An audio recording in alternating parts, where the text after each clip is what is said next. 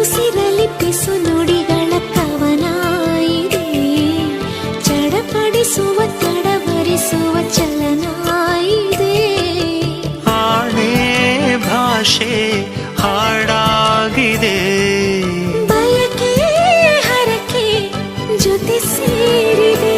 ಈ ನನ್ನ ಧಮನಿಯ ಒಳಗು ನಿನ್ನದೇ ರೂಪವು. ಈ ನಮ್ಮ ಧರಣಿಯ ಹೊರಗು ನಮ್ಮದೇ ಲೋಕವು. ಆಹಾ ಮನಸ್ಸೇ ಮನಸ್ಸೇ ಥ್ಯಾಂಕ್ ಯು, ನಿನಗೂ ಮನಸ್ಸಾಯಿತು.